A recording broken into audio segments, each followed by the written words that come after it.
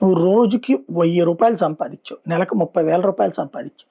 కానీ నీ ఇంట్లో ఇంటి వంట లేకుండా హోటళ్ళ నుంచి తెప్పించుకొని తింటూ కూర్చుని విలాసవంతంగా బతుకుతున్నారనుకో, 30,000 ఖర్చుకి 50,000 అవుతుంది.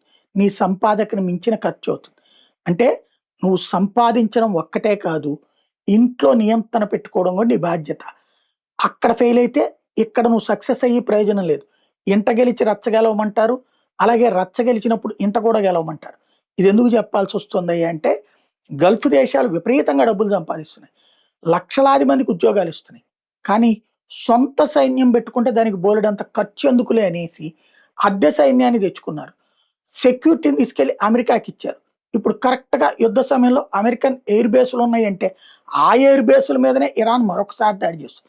అలాగే ఈ గల్ఫ్ దేశాల షిప్పుల మీదన దాడులు చేస్తుంది ఇరాన్. నిన్న ఒమెన్ తీరంలో ఉన్నటువంటి షిప్స్ మీద దాడి చేసింది. సౌదీ అరేబియా షిప్స్ మీద దాడి చేసింది. వరుస దాడులు సాగుతున్నాయి.